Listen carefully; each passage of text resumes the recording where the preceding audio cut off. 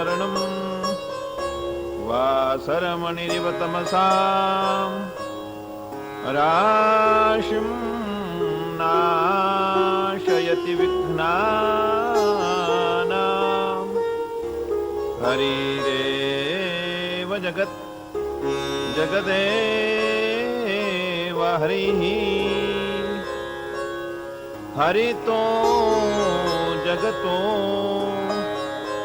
नहीं भिन्नतनुः इति यस्य मतिः परमार्थगतिः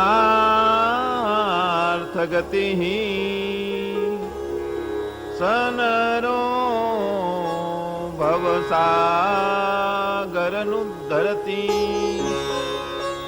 यं ब्रह्मा वरुणेन्द्ररुद्रमरुतस्तुन्वन्ति दिव्यैस्तवैर्वेदैः साङ्गपदक्रमोपनिषदैर् गायन्ति यं सामगाः यत्पादपङ्कजस्मरणं वासरमणिरिव तमसां राशिं नाशयति विघ्नानां हरिरेव जगदेव हरिः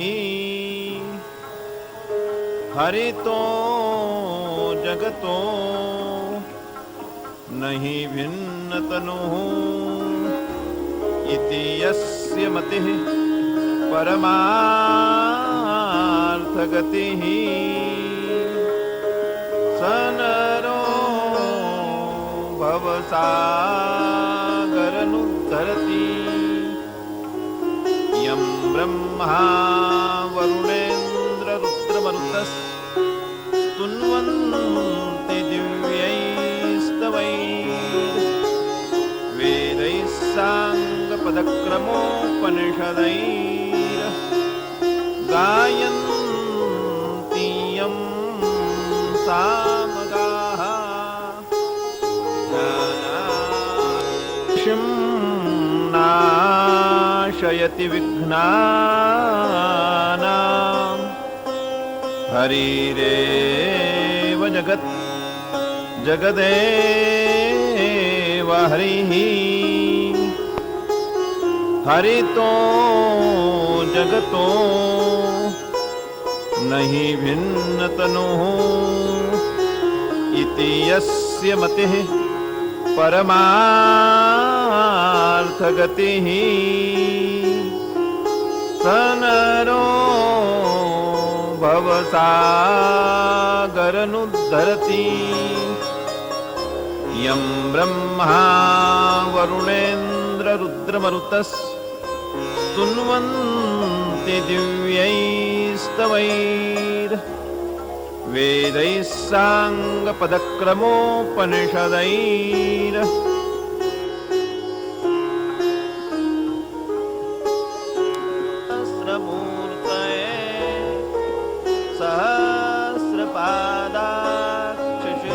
सहस्रपादाक्षशिरोरुबाहवे सहस्रनाम्ने पुरुषाय शाश्वते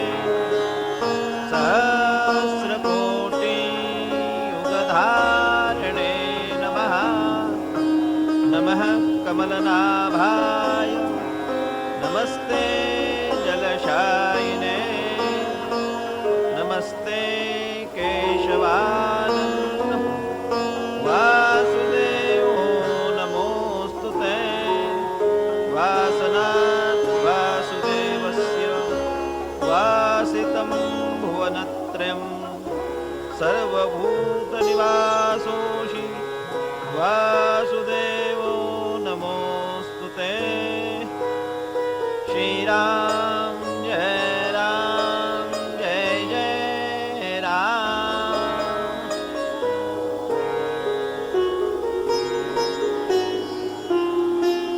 श्रीराम जय राम जय जय राम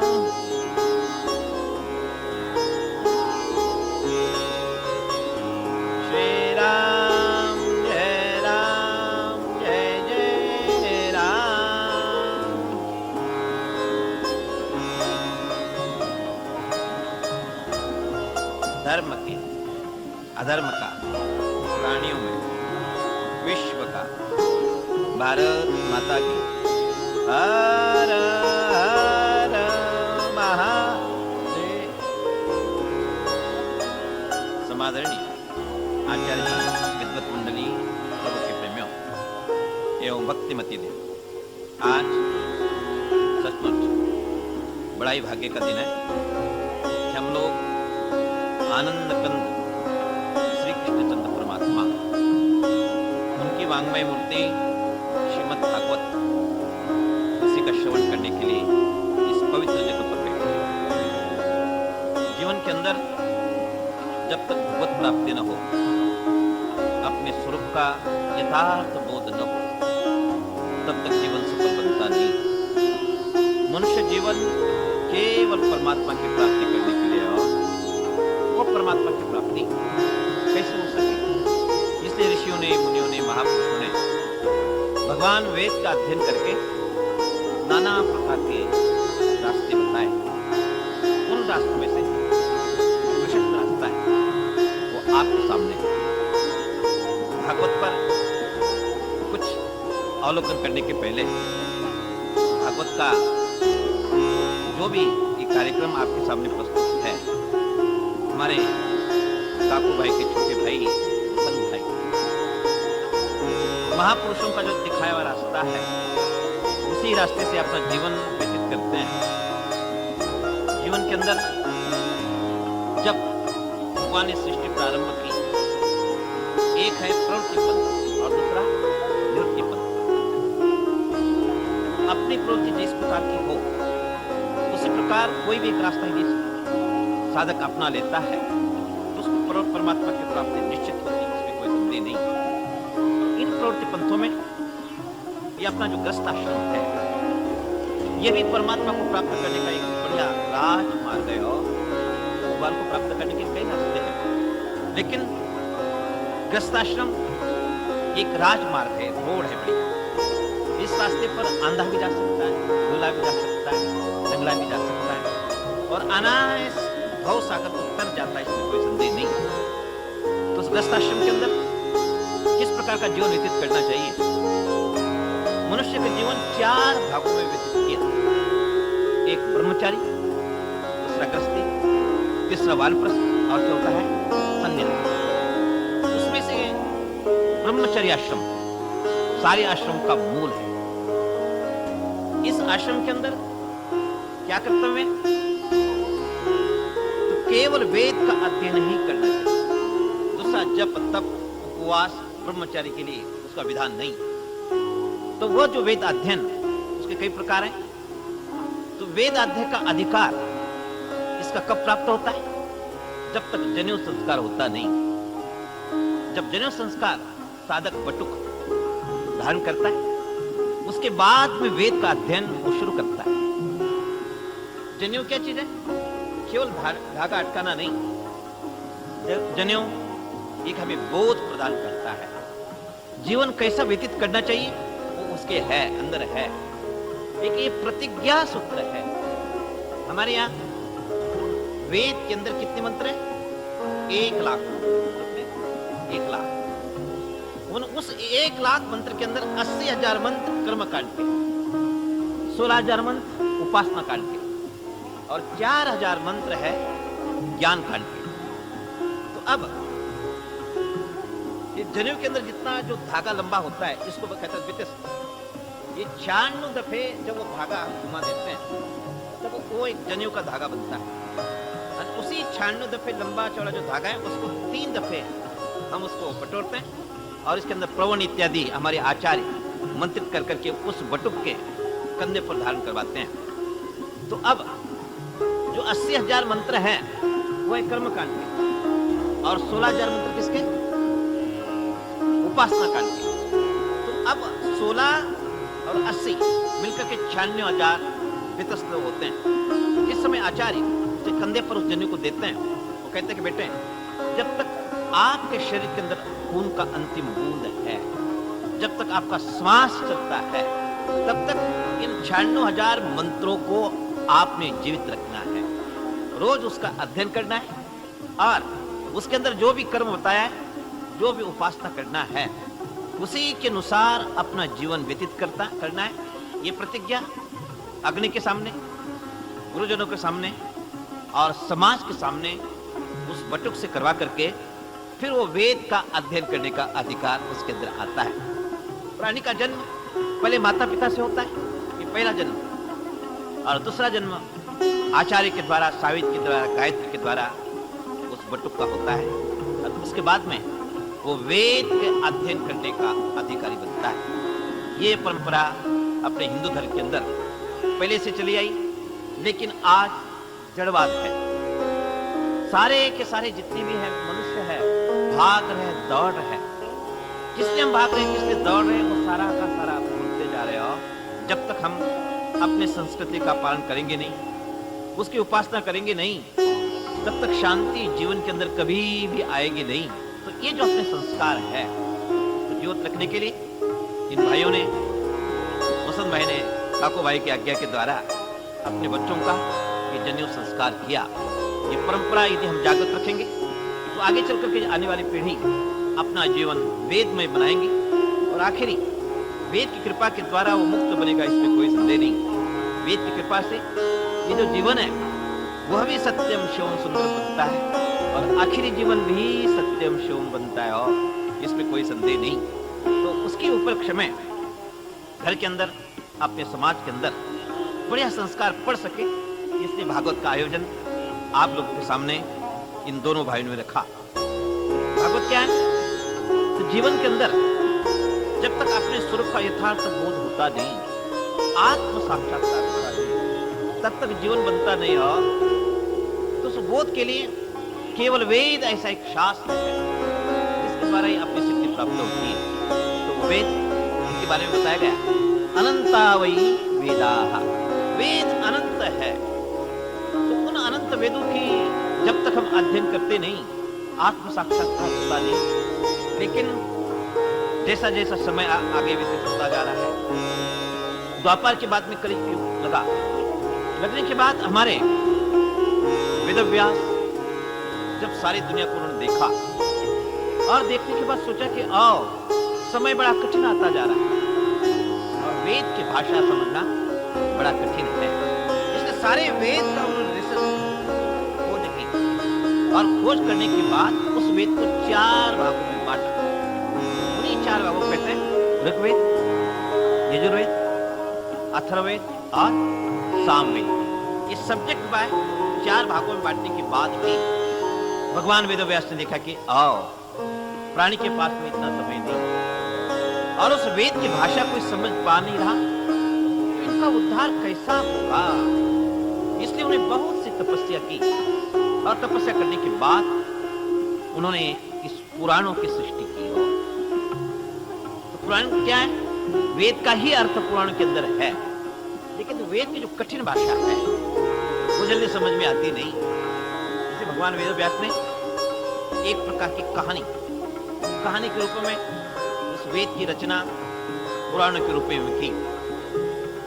बचपन के अंदर यदि हम छोटे छोटे बच्चों को कहानी सुनाते हैं, तो सुनाने के बाद वो बच्चे बड़े बूढ़े हो जाते हैं, तो भी अपने दादा दादी से, नाना नानी से जो कहानी सुनी है वो कभी भी भूलते नहीं, आखिर तक उनको याद रहती। उसी प्रकार भगवान वेदव्यास ने लोगों का सुकुमार बुद्धि को देख करके, सुकुमार अंतःकरण को देख करके इस वेद की रचना की, और उस वेद का भाग, वेद का ही अर्थ जिन पुराणों के अंदर है वो 18 पुराण है, और 18 उपपुराण है, महाभारत है।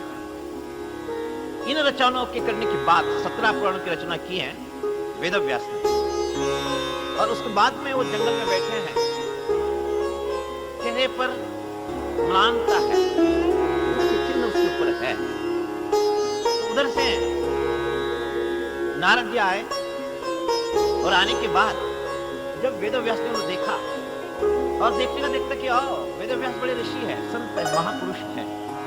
जो संत है, ऋषि है, महापुरुष है, उसके जीवन के अंदर कभी भी म्लानता आनी नहीं चाहिए, दुख आना नहीं चाहिए।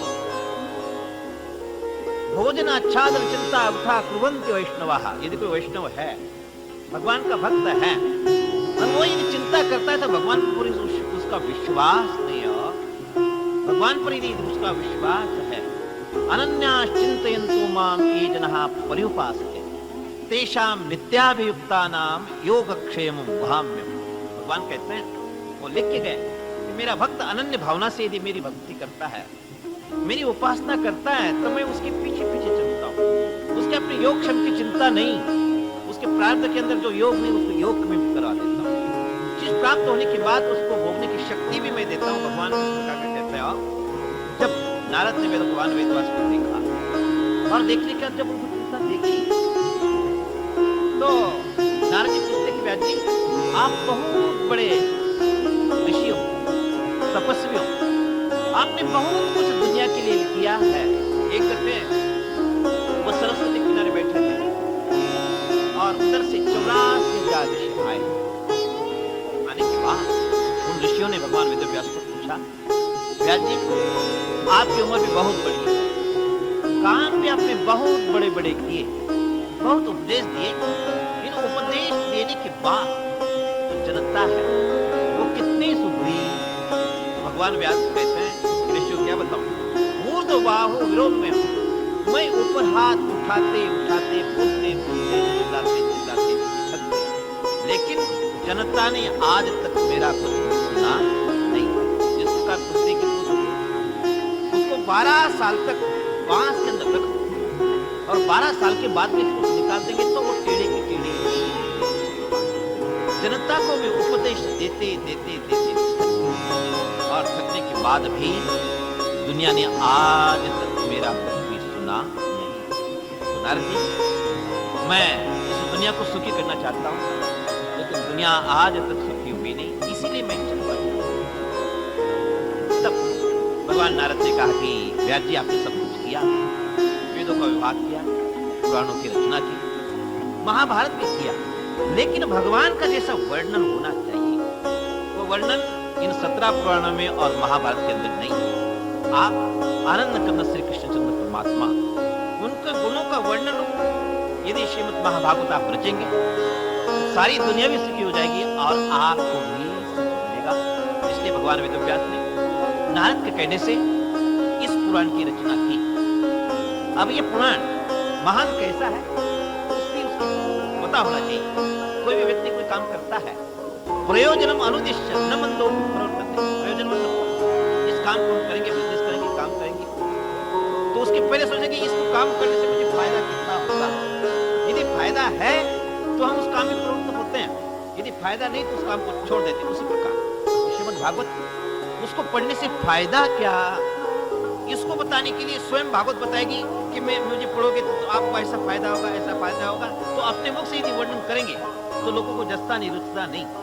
यदि उसी चीज का दूसरा यदि स्तुति करते हैं, मंदिर है अपना, बहुत बड़ा बढ़िया मंदिर बनाया, मूर्ति भी अच्छी है, लेकिन उसका पुजारी ठीक नहीं है, भगवान की स्तुति करता नहीं, किस भगवान को नमस्कार करने से ये फल मिलता है, भगवान के पास में बैठने से ये मिलता है, ये मिलता है, ये मिलता है। जिस प्रकार पुजारी उसका प्रचार नहीं करेगा, उसका पूजा ठीक ढंग से नहीं करेगा, तो दुनिया उसके अंदर आएगी नहीं।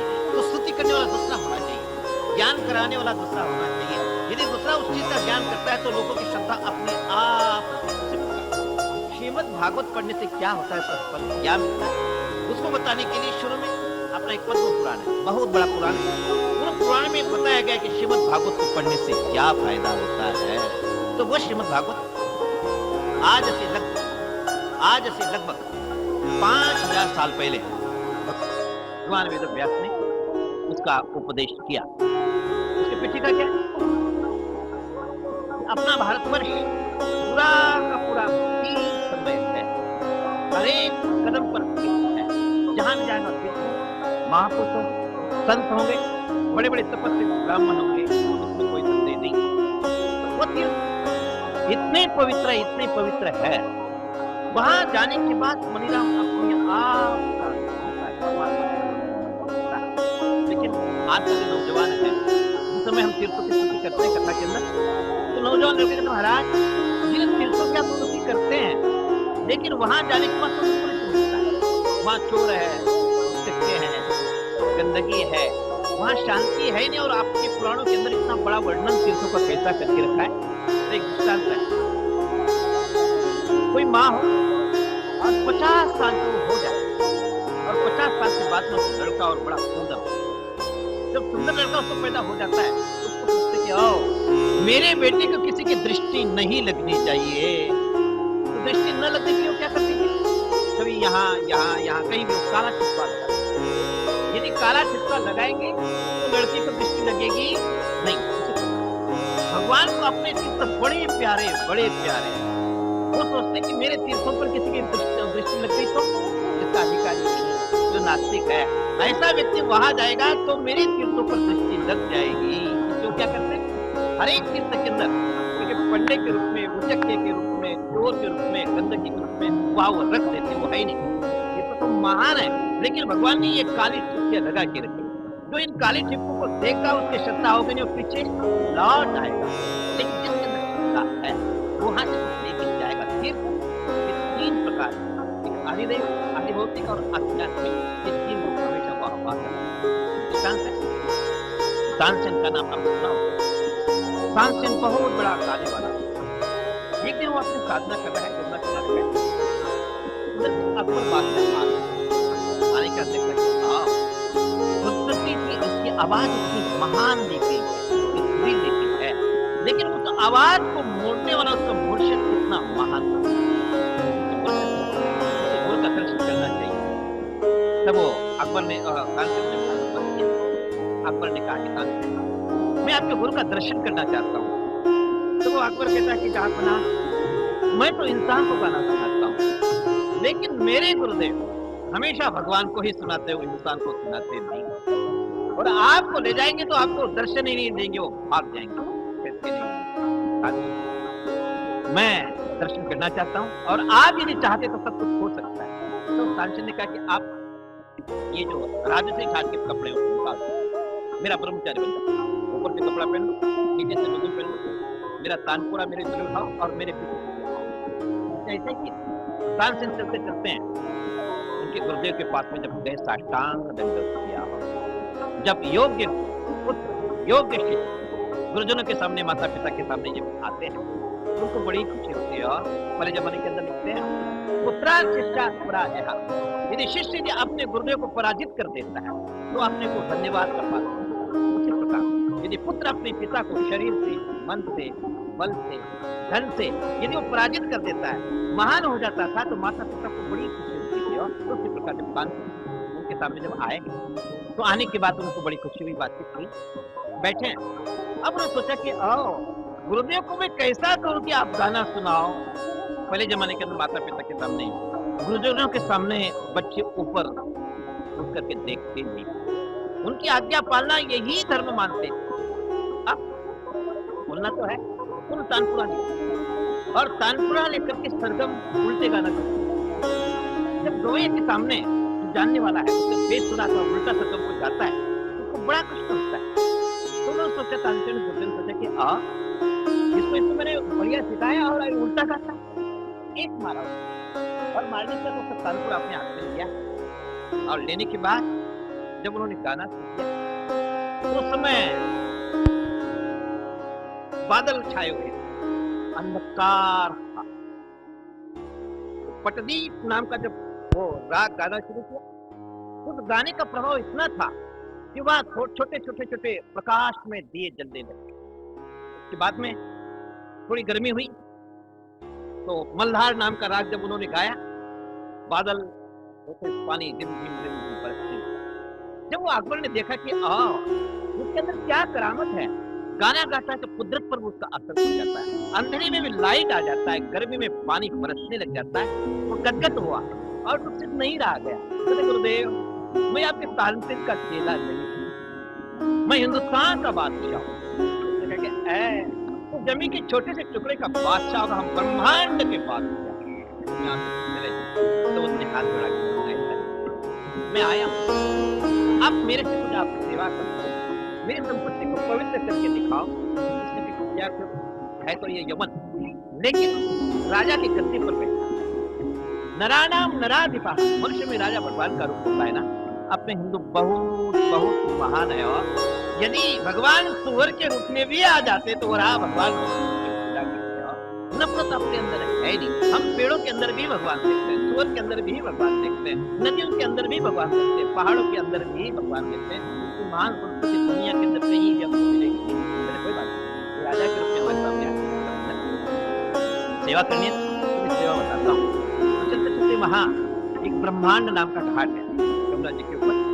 वहां जाने के बाद उसने कहा कि बादशाह, बड़े बड़े संत रात को 3 साढ़े 3 बजे यहाँ स्नान करने के लिए आते हैं, लेकिन इसकी एक सीढ़ी, उस सीढ़ी को आप ठीक कर दो। बादशाह कि आओ, आखिर फकीर का फकीर। एक बादशाह खुश हो गया, 5 गांव मांगता, आधा मेरा राज्य मांगता, आज दे देता, लेकिन ये करना चाहता है। चूहे को मारने के लिए तोप की आवश्यकता नहीं, उसी प्रकार ये कर रहा है। कहते नहीं, आप देखो। और अंदर से उन्होंने और जो दिव्य तीर्थ है, तीर्थ को प्रार्थना करके अपने भगवान की जो भी ये है तो हमारा बादशाह है यमन, लेकिन बादशाह के रूप में आया तो आपका छोटा सा बढ़िया सा स्वरूप दिखा दिया। तब उसने जो दिव्य वृंदावन है, वृंदावन की जमुना किनारे देख ली और उसकी जो सीढ़ी टूटी उस पत्थर को उठा करके देखता है तो तानशाह नीचे गिर जाता है और वो कहता है, एक हिंदुस्तानी 10 हिंदुस्तान पार बेच दूंगा तो भी इस सीढ़ी की कीमत में दे सकता। इस प्रकार हर एक दिन देता है। तो ऐसे चित्रों के अंदर अपने भारतवर्ष के अंदर सतयुग का एक नैमिषारण्य, वहां बड़े बड़े ऋषि मुनि तपस्वी हमेशा के लिए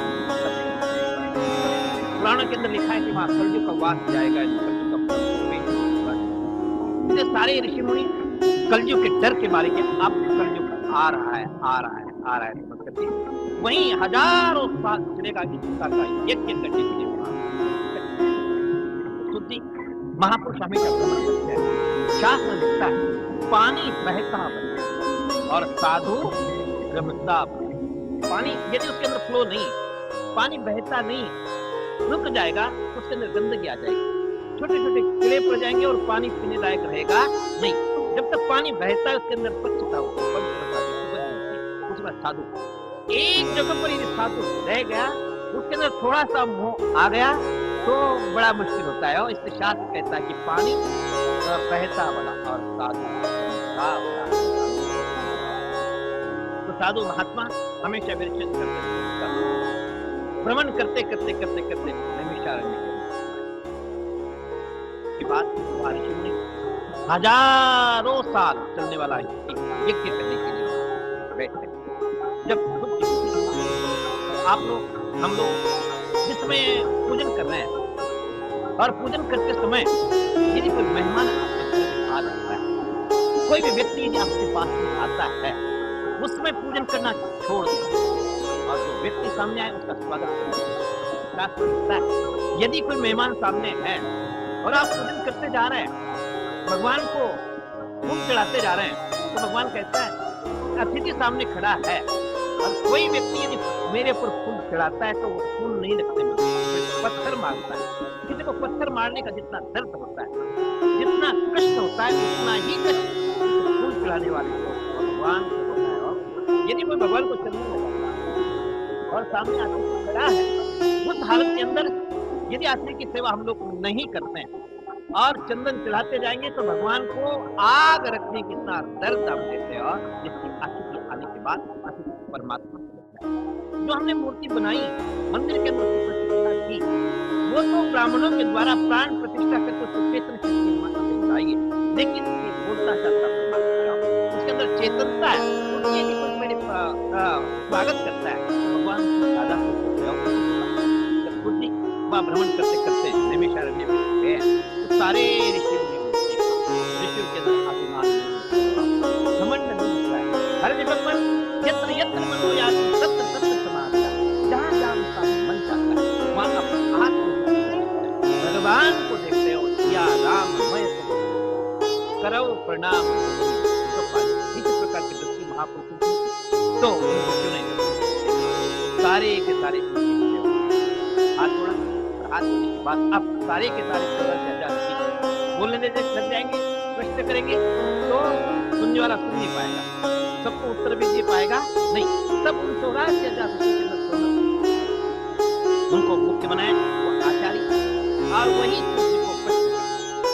सूर्य को देखकर कहते हैं कि सूर्य आज हम लोग इस समय में आप यहाँ पधारे, हम लोग एक भी कर रहे हैं। आप भगवान वेद व्यास के प्रिय शिष्य, भगवान वेद व्यास ने सारे के सारे आपको उन्होंने सुनाए। अब भगवान यहाँ रहते रहते रहते यज्ञ करते करते करते करते करते हमारा मन हमें सुख शांति नहीं। आगे कहने वाले हैं क्या भगवान के भक्त है, लेकिन यज्ञ करते करते हमारा क्या हुआ, आप नहीं धूम्र धूपी का दूसरा हमारे मन में, हमारे अंतःकरण में, हमारे दिमाग के अंदर केवल धुआं ही धुआं है। बाकियां आज तक हमें कुछ मिला नहीं। यज्ञ याजन भी कर्म है ना, इन्हीं के द्वारा परमात्मा प्राप्त होता है। लेकिन ये जो जड़ कर्म है इसके द्वारा परमात्मा को प्राप्त नहीं, शांति नहीं मिलती, तो धन आगे आएगा। इन साधनों को हम जितना भी करेंगे दुख ही दुख होगा। जब हम तीर्थ जाएंगे और अच्छे संस्कारित मन हो जाएगा, लेकिन वहां जाने का नहीं पता अभिमान, और यदि साधक के अंदर सिर्फ भर दीजिए अभिमान हो जाता है, भगवान को मेरो की जैसे मानते हो, अभिमान नहीं मिलते अभिमान। लेकिन तीर्थों में जाकर के अभिमान जरूर आएगा। यदि कोई व्यक्ति आपको मिलने के लिए आए और आने के बाद उनको पूछा कि भाई आप कभी काशी गए, कि महाराज काशी क्या, मैं मथुरा गया, वृंदावन गया, हिमालय गया, वहां गया, वो लिस्ट बनाना चाहिए। ये अभिमान, यदि अभिमान आया कुछ नहीं, तपस्वी अच्छा है, हमको उनकी पूजा करनी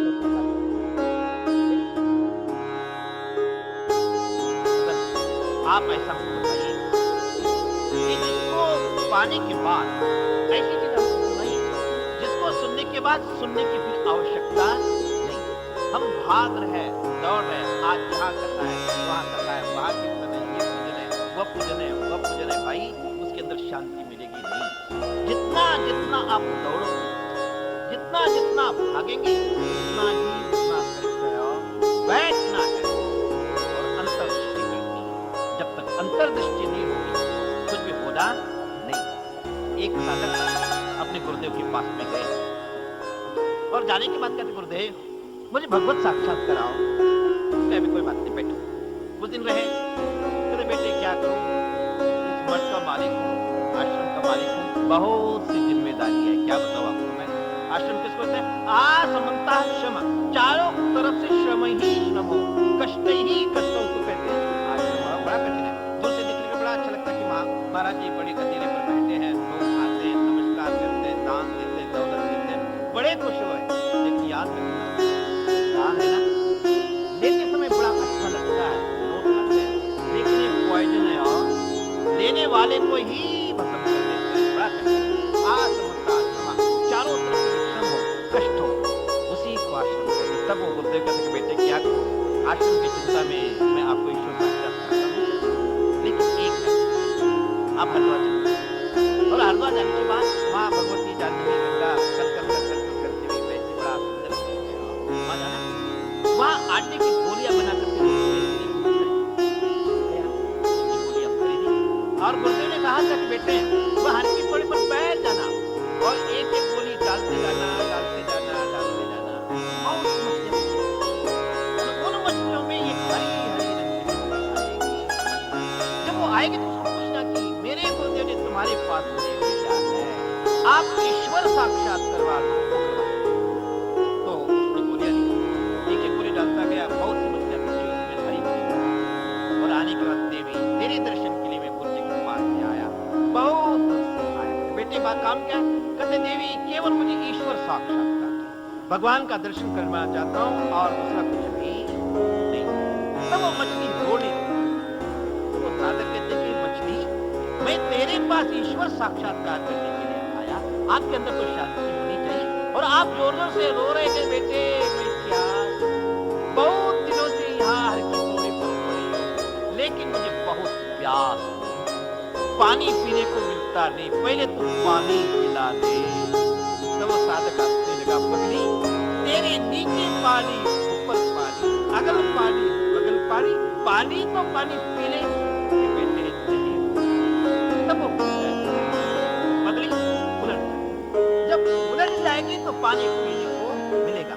मछली यदि ऐसे सीधी तैरती जाएगी तो उसका मुख जो पानी पीने का है वो बंद रहता है, जब वो पलटती है तो उसका मुख खुलता है और वो पानी पीते हैं। उसी प्रकार यदि हम बाहर भागते रहेंगे, दौड़ते रहेंगे तो हम रोते ही रहेंगे, वो साक्षात्कार नहीं होगा। पलटना है। ते प्राकदर्शिना प्रत्येक तत्व बोध विरोध। बाहर दौड़ते दौड़ते थक जाओगे, आपको कुछ भी मिलेगा नहीं। एक संत कबीर है, उन्होंने कहा कि आत्मज्ञान बिन नर भटकत है, कहा मथुरा कहा काशी, मोहे सुन सुन आवत हासी। आत्मज्ञान बिन नर भटकत है। इंसान परमात्मा साक्षात्कार में आत्मज्ञान को छोड़ करके भाग रहा है, दौड़ रहा है, लेकिन शांति उसको नहीं। उसी प्रकार जितनी भी हम कर्म करते जाएंगे, दौड़ते जाएंगे, दौड़ते जाएंगे, इसलिए भगवान हम थक गए। हमने प्रतिज्ञा तो की है हजारों साल का एक करने की, लेकिन अब हमारी के अंदर हिम्मत नहीं। आप भगवान वेद व्यास के शिष्य और आपने बहुत कुछ सुना, तो उसमें से ऐसी चीज सुनाओ जिसको सुनने के बाद फिर सुनने की आवश्यकता ही नहीं। तब सुत जी ने सारे ऋषियों को नमस्कार किया। ऋषियों, आज मेरा महान भाग्य है, दुनिया के अंदर कोई भी सुनना चाहता नहीं, सारे के सारे सुनाना ही चाहते हो। हर चेला कहता कि मैं कहूं गुरुदेव उसी प्रकार चलना। एक दिन भी यदि चेले को अपना नन्नच कह देंगे कि ओ ये गुरु ही बेकार है, सारे हमको सुनाने वाला है लेकिन कोई सुनने वाला सुनता नहीं। मैं आपके पास इसलिए आया था कि हम सुनाते जाएंगे और आप सुनते जाएंगे। तो कबीरा कहता है कि जो देखा गुरुआ मिला चेला न मिला रे। जहाँ जाएंगे वहाँ गुरु ही गुरु मिलते हैं, चेला कुछ भी मिलता नहीं। बड़ा कठिन है, गुरु तत्व साधारण नहीं हो। गुरुजनों के सामने कैसा रहना चाहिए, क्या रहना चाहिए, अभी समय नहीं, बात में बताएंगे। गुरु ही परमात्मा को प्राप्त करवा सकता है, दूसरा कुछ भी नहीं।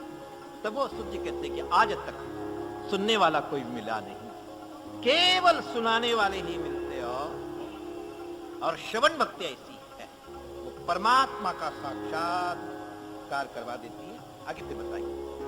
अब सूर्य कहते हैं कि आपको मैं वो भागवत सुनाऊंगा जिसको सुनने के बाद फिर दुनिया में सुनने की कोई आवश्यकता नहीं, आपको भगवत साक्षात्कार हो जाएगा, इसमें कोई संदेह नहीं। उस भागवत कैसा है, क्या है, उसका फल क्या है, सुनाने के लिए पद्म पुराण बताता है। जीवन के अंदर 3 चीजों की आवश्यकता है, ज्ञान की भी आवश्यकता है, भक्ति की भी आवश्यकता है, उपासना की भी आवश्यकता है और कर्म की भी आवश्यकता है।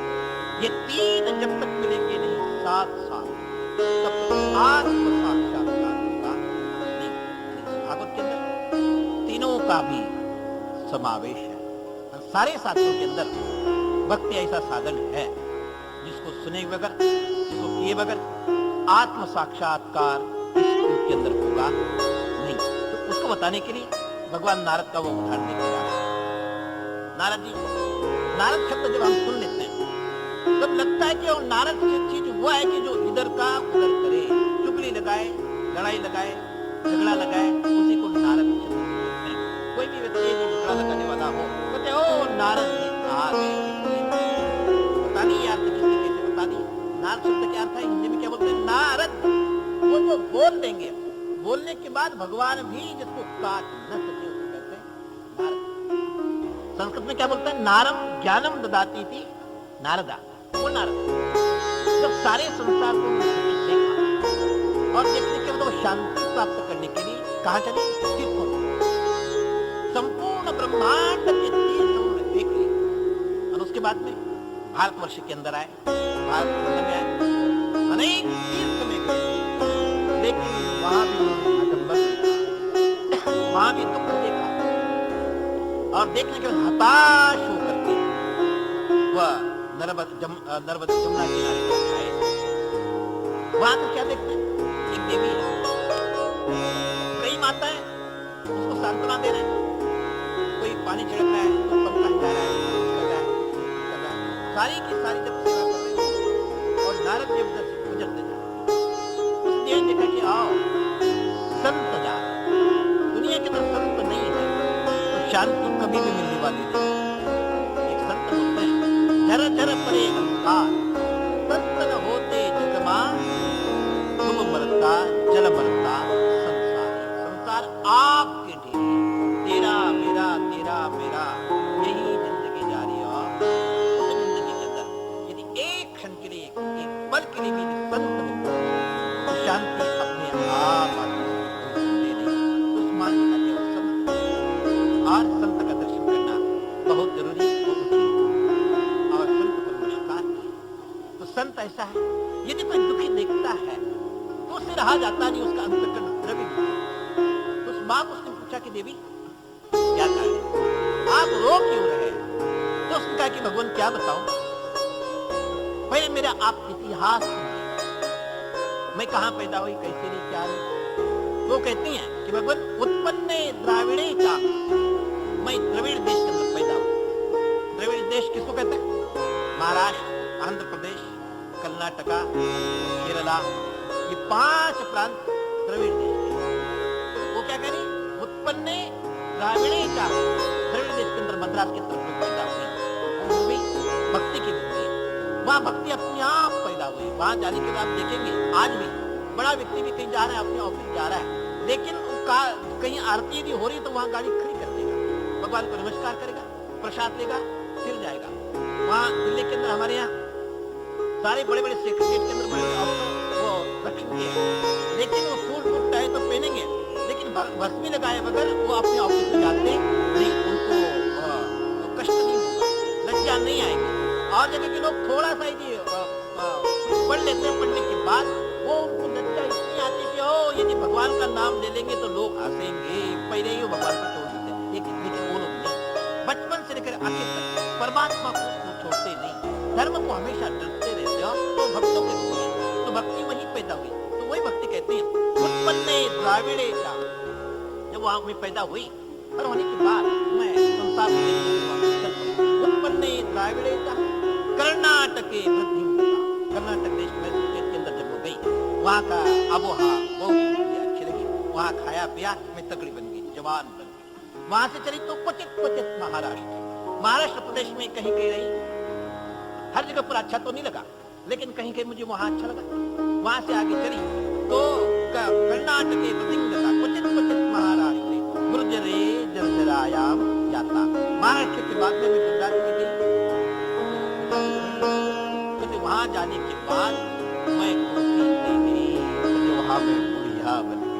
कहते सुनते हो भाई, कहते जहां जहां आडंबर है, जहां दिखावा है, वहां मैं सब भक्ति माता कहती है कि भक्ति अंतःकरण से, यदि दिखावा है तो वहां मैं कभी भी रुकती नहीं। कोई लोग कहते हैं कि ये गुजरात है, वो गुजरात नहीं था, वो नर्मदा किनारे वहां का था, ये करना में पढ़ना नहीं। वो कहते हैं कि मैं गुजरात आई और वहां का आडंबर देखा, दिखावा देखा, ऊपर का देखा, तो वहां मैं मेरा शरीर जर्जर हो गया। अंगम गलितम पलितम मुंडम दशनमीनम दातम अवस्था।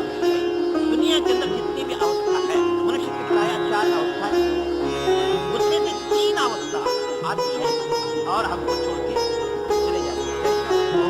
यह अवस्था आएगी, छोड़ के चले जाएगी, जवानी आएगी, वह भी छोड़ के चले जाएगी, लेकिन एक अवस्था वो हमको छोड़ के जाती नहीं, बुढ़ापा।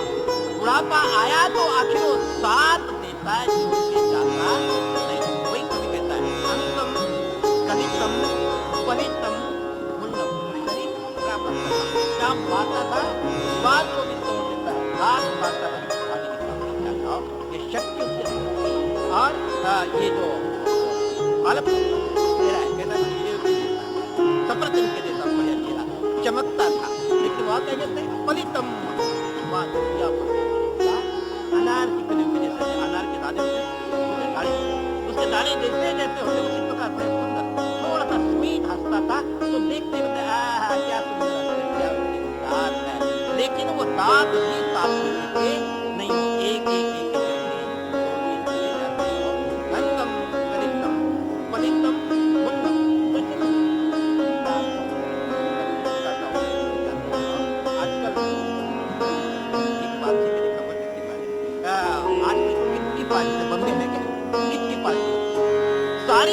भाग रही, दौड़ रहे। बच्चे क्या खा रहे, क्या पी रहे, कहाँ आते कहाँ जाते, किसी को खबर है नहीं। घर में काम करने वाले जिसका खिला दे वो खा लेना, जो पिला दे पी लेना, लेकिन प्यार से कोई देता नहीं, सारा घर बिगड़ता जाता है। और तो कितनी पार्टी अपने घर में जब होती है तो बेचारा बूढ़ा वह सोफा सेट पे बैठता है, खांसता है, तो उसके बीवी आती कहते हैं बूढ़े को इतनी लिफ्ट क्यों देनी चाहिए, निकाल यहाँ से बाहर से। तब वो सोचते कि ओ कितनी खराब हो जाती है, तो पीछे एक आदमी के अंदर जो गैरेज होता है ना, उस गैरेज में बूढ़ा बूढ़ी को रख देते हैं, नौकर भोजन ले जाता है, बेचारा चिंता में पड़ जाता है। आने के बाद मुझे यहाँ की आबोहवा सुट नहीं है, खाती हूँ पीती हूँ सब कुछ रहती हूँ, लेकिन बुढ़िया डोसी डोसी बनती जा रही हूँ, बड़ा खराब काम है भगवान, कोई दवाई बताओ। तो संतों ने कहा कि भाई दवाई से काम बनेगा नहीं, दवाई के आदि होना नहीं हमको, दवाई एक दफे आई फिर जिंदगी भर कभी छूटती नहीं, इसलिए भी आप ये काम करो, आप इस थाने में क्लाइमेट चेंज कर देंगे तो आप अपने आप ठीक हो जाएंगे। जैसे भगवान जाऊंगा, आपने सारा संसार देखा है, मैं जहाँ जाने के बाद ठीक बन जाऊंगा, वहाँ आप जरूर ठीक हो जाएंगे। तो वो चल पड़ी वृंदावन में, जब आई है जमुना कल कल कल कल करते हुए बहती जा रही है, वहाँ के छोटे बच्चे बाल गोपाल सब कुछ देखा, और वहाँ का जमुना जी का जब पानी पिया तो सब कुछ ठीक बन गई, बाल बन गई। पहले बुढ़िया थी और वहाँ रहने का जब जवान बन गई, लेकिन वहाँ एक काम देखा, उसको 2 बच्चे वो नीचे गिर गए और वही बूढ़े बन गए। खाना भी बढ़िया है, पीना भी बढ़िया है, सब कुछ अच्छा है, लेकिन घर के अंदर बच्चे बूढ़े बन जाए, रोगी बन जाए, तो किसी माता को खाना अच्छा लगता नहीं।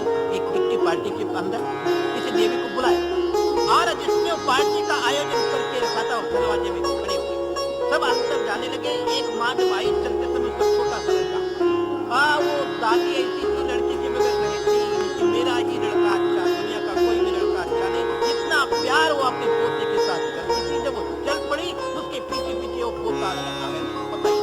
जब गेट पर आए, गेट पे आने के बाद वो घर के मालकिन कहते हैं कि आपको मैंने निमंत्रण दिया था, आपके लड़के को निमंत्रण दिया नहीं, आप लड़के को निकाल दो। वहां पर दादी को अच्छा लगेगा। भक्ति माँ, उसके 2 बेटे हैं, ज्ञान और वैराग्य। अब वो यदि बूढ़े बन जाए, वो काम न करे तो भक्ति को अच्छा लगेगा नहीं। तो उन लड़कों को देखा है, बूढ़े बन गए, उठ नहीं सकते, खा नहीं सकते, पी नहीं सकते, तो उनको देखने के बाद वो रोती जा रही और मेरी जिंदगी ही बेकार है। जब भक्ति माँ रोने लगी तो गंगा यमुना सरस्वती अष्टमी सिद्धि चौथी सारी की सारी वहां आ गई और आने के बाद उसकी सेवा करती जा रही है। हमारा लेकिन बेटी ही ठीक नहीं, उसको कुछ भी अच्छा लगता नहीं। इस जब नारद जी उधर से जा रहे हैं, उन्होंने नमस्कार किया और करने के बाद मुझे अपनी स्थिति बताने के बाद आपके बच्चों को मैं ठीक कर दूंगा। तो उन्होंने वेद के मंत्र उन बच्चों को सुनाना शुरू किया। तो थोड़ी छोटी सी आंख खोलते उसके मंत्र गीता इत्यादि सब सुनाई, लेकिन बच्चे थोड़े से उठते फिर गिर जाते हैं, थोड़े से उठते फिर गिर जाते हैं। गीता उसका जब सत्य उचितता तो भगवान उनकी चिंता को देखते और आकाशवाणी और आकाशवाणी को सुनकर बताती है कि नारद आप चिंता नहीं करिए, इन बच्चों को ये सुधारना है, उनको जीवित करना है, उनको तगड़ा करना है, तो आप सत्संग करना। कथय सत्संगति किम न करो, सत्संगति इंसान को क्या नहीं कर सकती, सब कुछ कर सकती है। इसलिए आप संतों के शरण में जाओ, सत्संग करो, तो ये आपके बच्चे, ये भक्ति माँ के बच्चे भी सुधर जाएंगे और ये भी सुधर जाएगी। तो सोचा कि अब कहाँ सारे संसार के तीर्थ मैंने देखे, सब कुछ देखा, लेकिन कहीं कुछ है, कहीं कुछ है। तो उन्होंने एक ही रास्ता पकड़ा, हिमालय। हिमालय कैसी चीज है, उसका हर कदम पवित्र है। और ये शास्त्र में लिखा है कि परमात्मा का नाम लेते हुए यदि एक भी कदम हम हिमालय में उठाते हैं तो करोड़ों यज्ञ का फल साधक को मिलता है। ऐसे वो हिमालय के अंदर आज भी हजारों साल के लाखों साल के तपस्या करते जा रहे हैं और ऊपर से बर्फ गिरी है, सब कुछ गिरा है, लेकिन उनको बाहर की किसी भी चीज की पता नहीं है, कोई संदेह नहीं। देखने की अपनी आंखें होनी चाहिए। हम पहले उत्तरकाशी में गए थे, तो वहां एक दफे बहुत बर्फ गिरी। तो वहां एक संत थे, 125 साल, मैंने खुद देखा। बाहर ही बैठते थे, छत के नीचे बैठना नहीं है उनका नियम था। इतनी बर्फ गिरी, वो बर्फ से ढक गए और केवल नाक के पास में 2 छेद उस बर्फ में से निकलते, श्वास लेते जाते। संत लोग गए उनके पास और जाने के बाद कहते, संत जी, महात्मा जी, बहुत बर्फ गिर रही है, आप चलो आश्रम में चलो, बाहर हो। उसने कहा कि नहीं, मैं माँ गंगा के किनारे मुझे वो कहीं भी नहीं मिलता है, या सर्दी सताती है। जब ज्यादा ही ज्यादा बर्फ गिर जाती है, ठंड आती है, तो माँ गंगा के अंदर में डुबकी लगाता हूँ और वो मेरी वाणिज्यता का हिस्से रखा हुआ है, उसके कारण गर्मी देती है, शांति देती है, मुझे यही तात्पर्य। ऐसे कई संत ऋषि मुनि बर्फों के अंदर बैठे तपस्या कर रहे हैं, उन्हीं तपस्या से सारा संसार आज भी है। और नहीं तो इस संसार को टिकना बड़ा मुश्किल था, इतना पाप, इतना अत्याचार, इतनी धोखाधड़ी इस दुनिया के अंदर है। तो उन पापों को संभालने वाले केवल संत है, इसमें कोई संदेह नहीं। तो आकाशवाणी जब कही तो वो हिमालय के अंदर गए और बद्री वन जो है, बद्री विशाल, आपने नाम सुना, आप गए भी होंगे। तो उसका नाम बद्री विशाल क्यों पड़ा?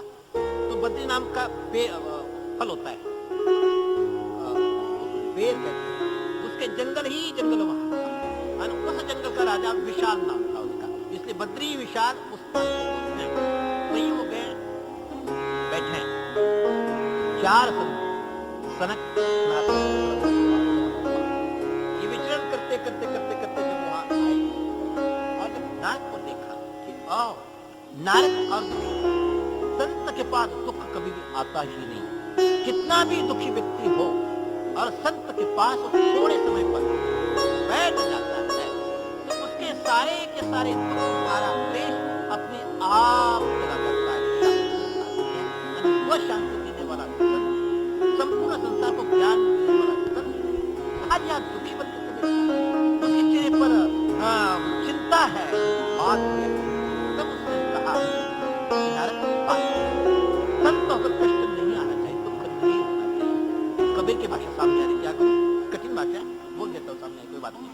कबीरा कहता है, फकीर होकर के फकीर करे, फिक्र करे, वही साला गधा। वो कहते संत बन गया और संत बनने के बाद तो चिंता करता है वो इंसान नहीं, वो गधा है। परमात्मा के भक्त जो है उसको जीवन के अंदर दुख कभी भी आता नहीं। यदि माला घुमा रहा है, संतों के पास भी जाता है, लेकिन अंदर से सचमुच संत बना तो दुख उसको छोड़ता है। बताओ आपको याद है, मैंने सारे संसार राजा दुखिया घर बैराग, राजाओं के महल में गया, वहां भी राजा उसकी जो प्रजा है वो भी दुखी है। उन्हें सब चलो बैरागियों के यहाँ चलो, संतों के यहाँ चलो, वहां तो कम से कम दुख होगा। कहते नहीं नहीं नहीं नहीं, वहां भी रात दिन दुख ही दुख है, तो संत भी दुखी है। सारी देखा कि सारे के सारे है। तब मने मठों में, मंदिरों में, तीर्थ यात्राओं में देखा, वहां सुख होगा, लेकिन वहां भी सुख का कोई नाम है नहीं। एक मैंने भक्ति माता को देखा, वो भी ज्ञान वैराग्य उसके 2 पुत्र है, वह भी दुखी है। भगवान इस अवस्था में आकाशवाणी आप भक्तों के महापुरुषों के पास में जाओ, तो वहां शांति सुख आपको अपने आप मिलेगा। ये सुनने के बाद मैं यहाँ आपके खोज के अंदर आया। तब सनक संताति ने कहा कि नारद, आप यदि सुख चाहते हैं, शांति चाहते हैं, भक्ति माता को जागरूक करना चाहते हैं, ज्ञान वैराग्य अपने जीवन में लाना चाहते हैं, उनको सुखी देखना चाहते हैं, केवल जब तक आप भागवत का श्रवण नहीं करेंगे, भागवत सुनेंगे, तब तक ज्ञान वैराग्य भी जागरूक होंगे, भक्ति माता को भी सुख मिलेगा नहीं और आपको भी सुख मिलेगा नहीं। अब इधर उधर क्यों बताते हैं? आप मेरे सामने हैं, फिर संतों को कहा जाऊं, भगवान आप ही भक्ता ही महान है, और श्रोता कैसा भी कैसा भी विषय हो, कैसा भी भाग में दौड़ने वाला हो, यदि वक्ता महान है, उसका एक भी शब्द यदि उसके मुखार में से आता है, उसको शांति मिलेगी नहीं, क्योंकि वक्तुरेव तत्जान्यम यत्र श्रोता न भूते। यदि श्रोता के दिमाग में होता नहीं, चाहे ज्ञान की कमी, चाहे श्रद्धा की कमी, चाहे वक्ता भक्ति की कमी, कोई कमी होए बगैर श्रोता के दिल के अंदर जा सकता नहीं। वक्ता पर अध्ययन करता है, गुरुजनों के चरणों में बैठता है, वहां नाक रगड़ता है और उस चीज को प्राप्त करने के बाद अपने जीवन के अंदर वो लाता है, और जीवन में लाने के बाद ये जो बोलता है तो उसको वो फलीभूत होता है, इसमें कोई संदेह नहीं। एक कहानी है, एक माँ है, बुढ़िया हो गई और एक लड़का उसको हुआ। लड़का बड़ा आदि व्याधि, ये तो लगती है शरीरम व्याधि मंदिरम, शरीर ऊपर से दिखने के लिए बड़ा बहुत सुंदर है और हम उसको खिलाते हैं, पिलाते हैं, सब कुछ करते हैं, लेकिन है कठिन। जिस समय कौन सा रोग बाहर आ जाएगा उसका कुछ भी पता नहीं। भगवान ने एक चमड़ा ऐसा मर दिया है, दिखने में अच्छा लगता है, लेकिन थोड़ी सी चमड़ी उखाड़ के देखेंगे तो बड़ा कठिन है, देखा जाता नहीं। तो शरीरम व्याधि मंदिरम, तो लड़का बीमार, और बीमार होने के बाद वो एक डॉक्टर के पास में गई। उस जमाने के अंदर एलोपैथिक नहीं था, ट्रीटमेंट नहीं था, आयुर्वेद का था। उसने दवाई देखी, दवाई लगती नहीं। बाद में उस वैद्य ने पूछा कि माँ, आपका लड़का गुड़ तो नहीं खाता? कहते हाँ महाराज, ये गुड़ खाए बगैर रहता। माता जी, गुड़ के कारण उसके पेट के अंदर कीड़े पड़े, और यदि मैं बढ़िया संजीवनी अमृत भी देता हूँ तो कीड़े उसको खा जाते हैं, उसके शरीर में दवाई जाएगी, वो ठीक होगा नहीं। कल से मेरे पास आना नहीं। अब माता क्या, जब इंसान संसार से थक जाता है, दुखी हो जाता है, उसके बाद में एक बाबा आप दुनिया ने ठुकराया, मैं ठीक नहीं हूँ, मेरा एक ही है, बुढ़ापे में हुआ है, बुढ़ापे में मेरी लड़की है, उसके सहारे वो नहीं रहेगा तो मैं नहीं रह सकती। बाबा इस बात क्या नहीं तो नहीं, लेकिन ये गुड़ खाता है। वैद्य कहता है कि जब तक ये गुड़ खाना छोड़ेगा नहीं, मेरी दवाई लगेगी नहीं। एक काम 8 दिन के बाद मानेगी, 8 दिन के बाद दवाई और लाने के बाद संतति कथा समाप्त होने के बाद संतति कहा कि बेटे आज से गुड़ खाना नहीं, मान ले जाओ। जब वो ले गई, बेटे ने गुड़ खाना छोड़ दिया, वैद्य ने दवाई दी। जब वो ठीक हो गया, ठीक होने के बाद नमस्कार करवाने के लिए संत के पास माँ अपने बेटे को लाई, और लाने के बाद कहते बाबा माँ मुझे माफ कर देना, मुझे पूछना चाहते हैं। कहते माफ कि बाबा आपको एक ही शब्द खर्च करना था, दवाई नहीं कि बेटे गुड़ नहीं खाना, तो 8 दिन आपने क्यों मांगा? मेरा बेटा 8 दिन के पहले सुधर जाता है, आप नहीं। तब कहते हैं हाँ, मैं अपने ठाकुर जी की सेवा करता हूँ, मेरे पास तो रोज उनको मीठा भोग लगाता हूँ, गुड़ का भोग लगाता हूँ, संतों को भी खिलाता हूँ, खुद भी खाता हूँ। इस हालत के अंदर यदि मैं उपदेश देता तेरे बेटे को तो उसका असर करता नहीं। 8 दिन मैंने अपने ठाकुर को भी खिलाया, मैंने भी नहीं खाया और अपने संतों को भी खिलाया नहीं। तब आपके बेटे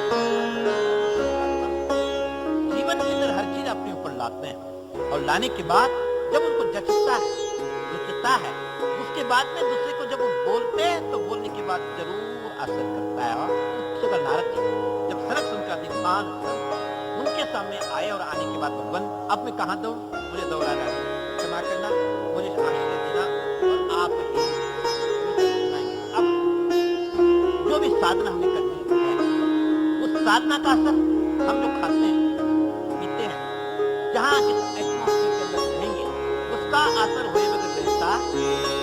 जहाँ भी रहेंगे उसका असर जरूर होता है। और जगह का प्रभु राम लक्ष्मण सीता जब जंगल में जा रहे हैं, तो जाते जाते रात को एक पहाड़ पर उनको रात हो गई, वहां रुके। सीता प्रभु राम आराम कर रहे हैं और लक्ष्मण धनुष लेकर के खड़े। रात को 11, साढ़े 11, 12 बजे आसुरी काल। उस समय कि कोई भी क्रिया हम खाने पीने की दुनिया की कोई क्रिया करेंगे तो आसुरी काल का प्रभाव उसके ऊपर पड़े बगैर रहता नहीं।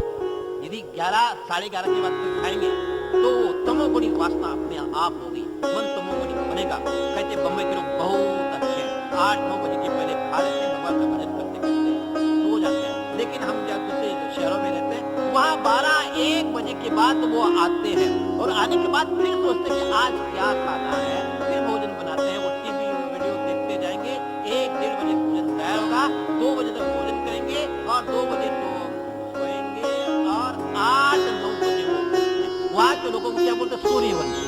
जब तक सूरज घर में आकर के जगाता नहीं तब तक वो उड़ते नहीं। आप लोग बड़े भाग्य वाले हैं, समुद्र है ना, समुद्र में सारे तीर्थ है, आप लोग पहले खा लेते थे, लेकिन वहाँ के लोग बड़े खराब है। वो 12-1 बजे के बाद खाते तो आसुरी संपत्ति आसुरी प्रवृत्ति उनके अंदर आती है और वो बिगड़े बिगड़ रहते नहीं। तो साधारण लोगों को प्रभु राम लक्ष्मण महान है, लेकिन वो लक्ष्मण रात को 12-1 बजे बैठ रहा है और रात को उसके मन में आया ये राम बड़े स्वार्थी है, बढ़िया खाते हैं पीते सो जाते हैं, मुझे खाने भी देते नहीं पीने भी देते नहीं, मैं इसके बाप का नौकर नहीं। दिमाग गर्म होता जा रहा है, गर्म होता जा रहा है, नहीं रहा गया। अगर राम को लक्ष्मण राम को राम ने देखा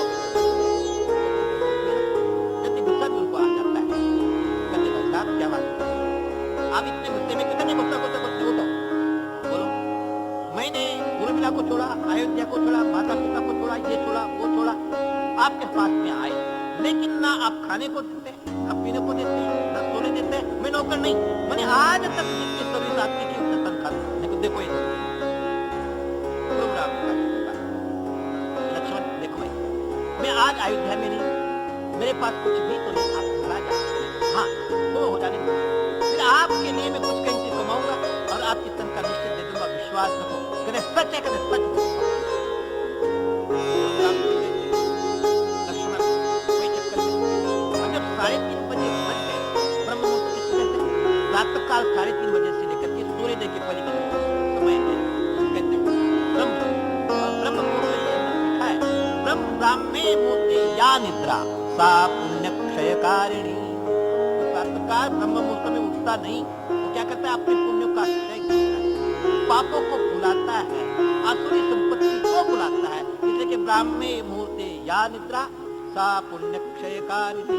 कम से कम सूर्योदय के समय से पहले पहले उठ जाकर के परमात्मा का चिंतन करना चाहिए। जब प्रातःकाल आप उठे और बिस्तर में उठ करके परमात्मा का चिंतन करना चाहिए। प्रातःकाल जब उठो प्रभाते कर दर्शन कराग्रे वसते, ये इसको कराग्र भाग कहते हैं। ये क्यों है क्या है फिर कभी महापुरुष आपको बताएंगे, लेकिन मैं रास्ता बताते जाता हूँ। कराग्रे वसते कर मध्य सरस्वती कर मूले वसे ब्रह्मा प्रभाते कर दर्शनम। प्रातःकाल इतना ही करना है। क्या करना है, कराग्रे वसते लक्ष्मी, कर के अग्र भाग में लक्ष्मी बुद्धि का वास है, उस लक्ष्मी को मैं नमस्कार करता हूँ। बुद्धि के अधिष्ठान देवता वो हाथ के मध्य भाग में है, इसलिए उस सरस्वती को नमस्कार करता हूँ। यहाँ संपूर्ण